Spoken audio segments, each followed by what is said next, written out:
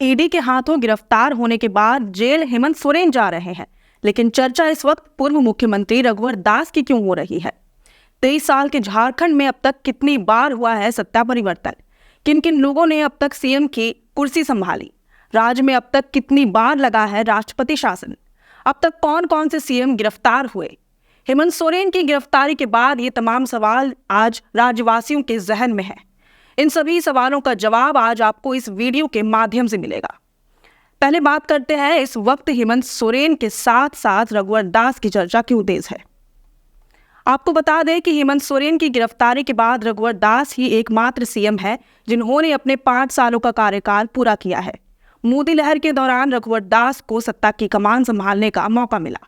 रघुवर दास का कार्यकाल 28 दिसंबर 2014 से लेकर 28 दिसंबर 2019 तक चला।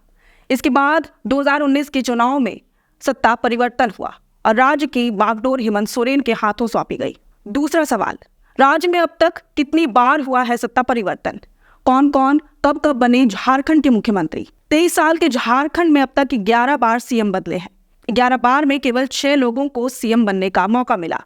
सबसे ज्यादा बार अर्जुन मुंडा और शिबू सोरेन सीएम बने हैं, जिन्हें 3-3 बार गद्दी संभालने का मौका मिला।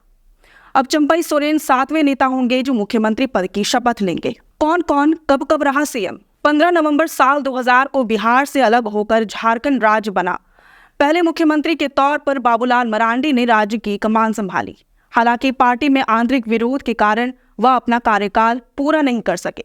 परिणाम स्वरूप उन्हें अपनी गद्दी छोड़नी पड़ी। इसके बाद से राज्य में अब तक 11 बार सीएम बने। इनमें हेमंत सोरेन के पिता और दिशोम गुरु शिबू सोरेन को सबसे ज्यादा बार सीएम की कुर्सी संभालने का मौका मिला। पहली बार साल 2005 में वह सीएम की कुर्सी पर बैठे, लेकिन बहुमत साबित न कर सके, जिसकी वजह से उन्हें 10 दिनों में ही इस्तीफा देना पड़ा। इसके बाद दूसरी बार वह 28 अगस्त 2008 से लेकर 17 जनवरी 2009 तक में करीब 5 महीने तक के लिए सीएम बने। इसके बाद 30 दिसंबर 2009 से लेकर 30 मई 2010 तक तीसरी बार 5 महीने के लिए शिबू सोरेन ने मुख्यमंत्री की कमान संभाली। उनके तीनों कार्यकाल अपने बेटे हेमंत सोरेन के एक कार्यकाल से भी कम है। वहीं झारखंड बीजेपी के आदिवासी चेहरे के तौर पर पहचाने जाने वाले अर्जुन मुंडा 3 बार तक मुख्यमंत्री बने। 18 मार्च 2003 को वह पहली बार सीएम बने। उनका कार्यकाल करीब 2 साल तक चला। दूसरी बार सीएम बनने पर उनका कार्यकाल 1.5 सालों तक रहा।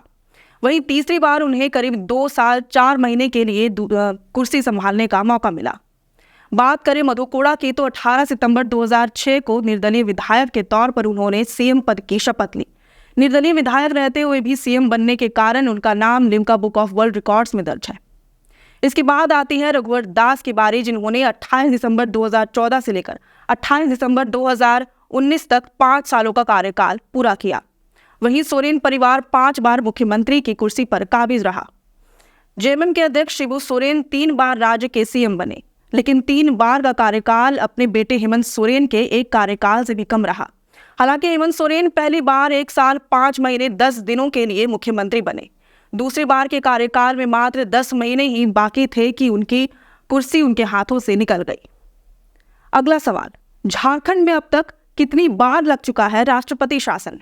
मुख्यमंत्री हेमंत सोरेन की गिरफ्तारी के बाद राष्ट्रपति शासन लागू होने के भी कयास तेज हो गए हैं।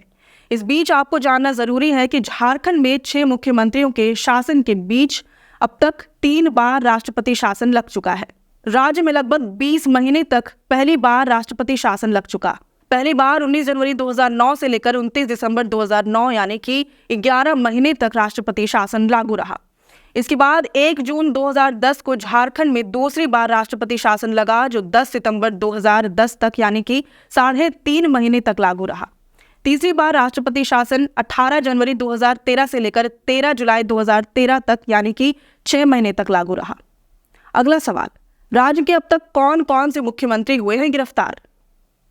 आपको बता दें कि शिबू सोरेन और मधु कोड़ा के बाद हेमंत सोरेन राज्य के तीसरे ऐसे सीएम बने हैं जिनकी गिरफ्तारी हो गई है।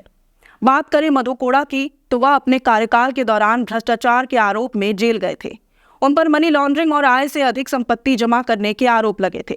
मधु कोड़ा कथित तौर पर एक खनन घोटाले में शामिल थे और उन पर रिश्वत के बदले खनन का ठेका देने का आरोप था। रिपोर्ट के मुताबिक उन्होंने और उनके सहयोगियों ने इस तरह की गतिविधियों में शामिल होकर 4,000 करोड़ रुपए से ज्यादा की कमाई की थी। साल 2009 में गिरफ्तारी के बाद 2013 में उन्हें जमानत पर रिहा कर दिया गया था, लेकिन मनी लॉन्ड्रिंग मामले में उनकी 144 करोड़ रुपए की संपत्ति कुर्क कर ली गई थी। 2017 में उन्हें दोषी ठहराया गया और 25 लाख रुपए जुर्माने के साथ 3 साल जेल की सजा हुई थी। वहीं हेमंत सोरेन के पिता और झारखंड के पूर्व सीएम शिबू सोरेन को साल 2094 में उनके निजी सचिव शशिनाथ झा के अपहरण और हत्या में शामिल होने के आरोप में 5 दिसंबर 2006 को दिल्ली की एक अदालत ने आजीवन कारावास की सजा सुनाई थी। अगस्त 2007 में दिल्ली हाई कोर्ट ने शिबू सोरेन के खिलाफ सबूत हासिल करने में बुरी तरह विफल होने पर सीबीआई को फटकार भी लगाई थी। इस दौरान शिबू सोरेन को बरी कर दिया गया था। अप्रैल 2018 में सुप्रीम कोर्ट ने इस मामले में शिबू सोरेन को बरी करने के दिल्ली हाई कोर्ट के फैसले को बरकरार रखा था। आज के लिए इतना ही। उम्मीद है आपके सवालों का जवाब आपको मिल गया होगा। अगर आपको ये वीडियो पसंद आया हो तो इसे जरूर से लाइक और शेयर करें। हमारे चैनल लोकतंत्र 19 को फॉलो और सब्सक्राइब करना ना भूलें। फिलहाल लेते हैं अलविदा। जोहार।